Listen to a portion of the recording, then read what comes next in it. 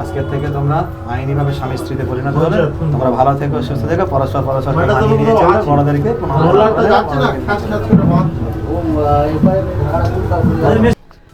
নমস্কার বন্ধুরা, কেমন আছো সবাই? ফ্রেন্ড জীবনের আর একটা নতুন ফ্রেশ ব্লগে তোমাদেরকে সবাইকে স্বাগত। তো আজকে হচ্ছে একটা খুবই স্পেশাল দিন। সেটা হচ্ছে আজকে আমাদের রেজিস্ট্রি হচ্ছে, মানে আমার আর জেনিয়ার রেজিস্ট্রি ম্যারেজ হচ্ছে। তো আমরা আগে থেকে রেজিস্ট্রিটা করে রাখছি, আমাদের বিয়ে রয়েছে ফেব্রুয়ারিতে। তো সকাল থেকে অফিসে গিয়ে টুকটাক কাজমাজ করে এখন বাড়ি চলে এসেছি, রেডি হয়ে গেছি। আর এখন আমার মামা আর মামিমা আমার গ্রাম থেকে আসছেন ওনারা, কারণ রেজিস্ট্রি করার সময় তোমরা তো সবাইকে জানো যে সাক্ষীর প্রয়োজন হয়। তো সেই জন্য আসছেন। আর এখান থেকে জেনিয়ার বাবা যাবেন আর ওনার একজন পাড়ার লোক যাবে। তো সবাই মিলে ওখানে রেজিস্ট্রি অফিসে গিয়ে কাজটা সম্পন্ন হবে। তো তোমরা আশীর্বাদ করবে বড়রা যারা দেখছো আমার ব্লগটা। চলো এখান থেকে ব্লগটা আজকে শুরু করছি।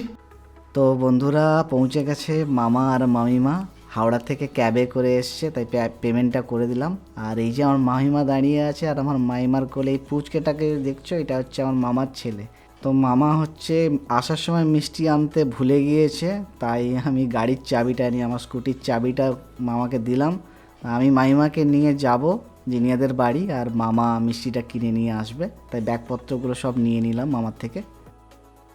তো জিনিয়া শাড়ি পরেছে আজকে, জিনিয়া শাড়ি পরে একদম রেডি, এইভাবে শাড়ি পরেছে।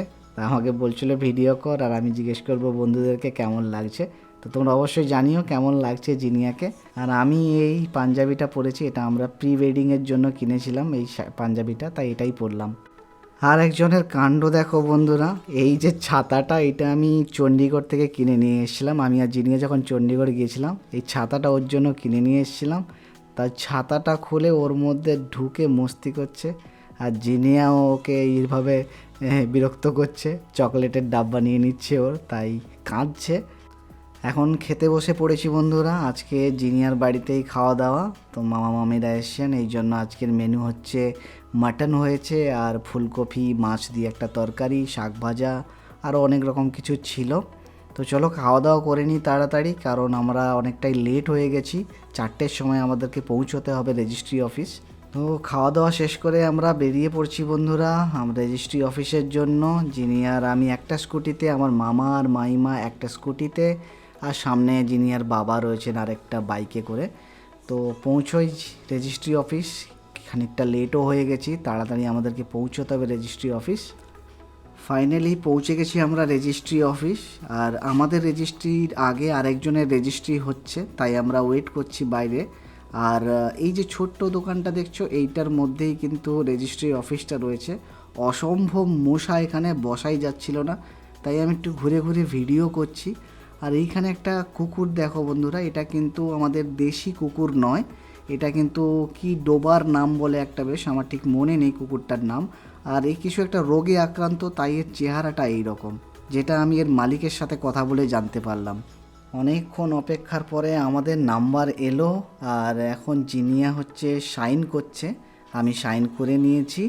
আর একে একে যারা সাক্ষী আছে, অভিভাবক আছে, তারা সবাই একে একে সাইন করবে, তারপরেই কিন্তু বিয়েটা কমপ্লিট হবে।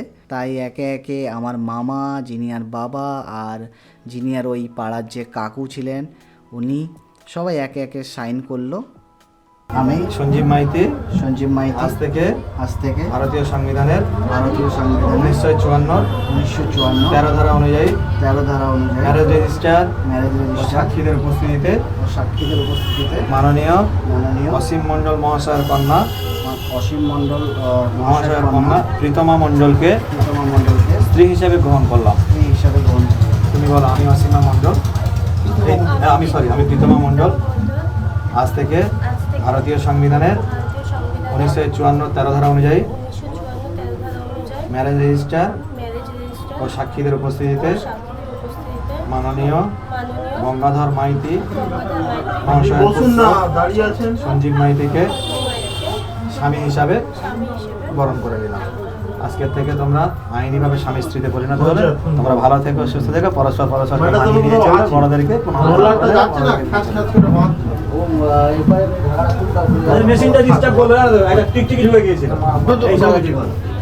এসবের দুটো ছাড়া হবে না, তাহলে তো হয়ে যাওয়ার কথা সব। চলে এসেছি বাড়ি, আর বাড়ি এসে আরেকজনের ডিমান্ড, আমাকে কম্পিউটারে মোটু পাতলু চালিয়ে দাও, আমি মোটু পাতলু দেখবো। ঠিক কানে হেডফোনটি দিয়ে বসে পড়েছে, মোটু পাতলু চালিয়ে দিয়েছি আমি। এইটুকু পুচকে খুবই পাকা। এই তুমি বিয়ে করে আমাকে খাওয়ালে না তো? তো তোমার সাথেই তো বিয়ে হলো, তাতে কি হয়েছে? তোমাকে খাওয়াবে না তাই বলে? বউকে আবার খাওয়াতে হবে? অবশ্যই বউকেই খাওয়াতে হয়। তাহলে ওই চল, শিয়ালদাতে ওই লাপিনোস পিৎজা হয়েছে না নতুন, চলো। সত্যি সত্যি তো? হ্যাঁ সত্যি? তো বন্ধুরা শুনলেন তো বউয়ের ডিমান্ড, নিজের বিয়েতে নিজের বউকেই ট্রিট দিতে হচ্ছে। যাই হোক, মামা মামিরা চলে যাচ্ছেন, ওনারা আরেকজনের বাড়ি যাবেন। মামার একজন আত্মীয়, উনি থাকেন হচ্ছে গড়িয়াহাটে। তো আমরা গড়িয়া স্টেশন থেকে ওনাদেরকে পৌঁছে দেবো বালিগঞ্জে ওদেরকে নামিয়ে দিয়ে আমরা চলে যাব শিয়ালদাতে যে লাপিনোস পিৎজা হয়েছে এখন একটা, ওই ট্রেনের ঠিক ডাব্বার মধ্যে ওখানে।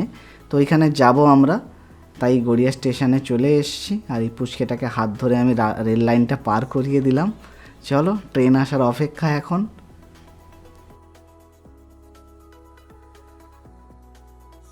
উঠে পড়েছি ট্রেনে বন্ধুরা, আর ট্রেন খালি। এই সময়টা গড়িয়া থেকে শিয়ালদার দিকে যাওয়ার ট্রেন খালি থাকে একেবারে।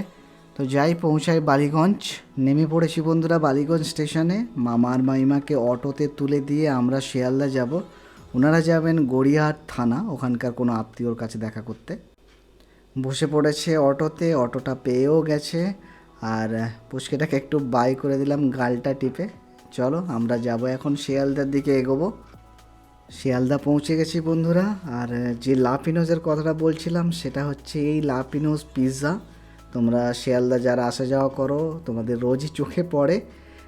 পারলে একবার ঘুরে যেও। এখানে একটা ট্রেনের ডাব্বার মধ্যে দিয়ে খুবই সুন্দর করে সাজানো এই রেস্টুরেন্ট বলতে পারো, সব রকম রয়েছে এখানে, ওয়াও মোমোস, পিৎজা আর অনেক কিছু রয়েছে। তাই আমরা লাপিনোজের পিৎজাটা খেতে এসেছি আজকে। তো মেনু কার্ড নিয়ে বসে পড়েছে এইখানে, চুজ করা হচ্ছে কোন পিৎজাটা খাবে। তো চুজ করলাম ওই লাপিনোজ স্পেশাল একটা পিৎজা রয়েছে, রেগুলারটাই অর্ডার করলাম, কারণ যিনি বেশি খেতে পারে না, একটুখানি খাওয়ার পরে আমাকে বলে তুমি খাও। তাই বেশি কিছু অর্ডার করলাম না, ওই একটা লাপিনোজ স্পেশাল পিৎজা অর্ডার করলাম, আর সাথে একটা টাকো অর্ডার করলাম।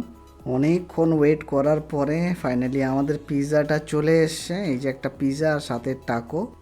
লাপিনোজের পিৎজা আমার বরাবরই ভালো লাগে, আর জিনিয়ারও খুব পছন্দ লাপিনোজের পিৎজা, তাই আমরা লাপিনোজটাই চুজ করি পিৎজা খাওয়ার মন হলে সব সময়।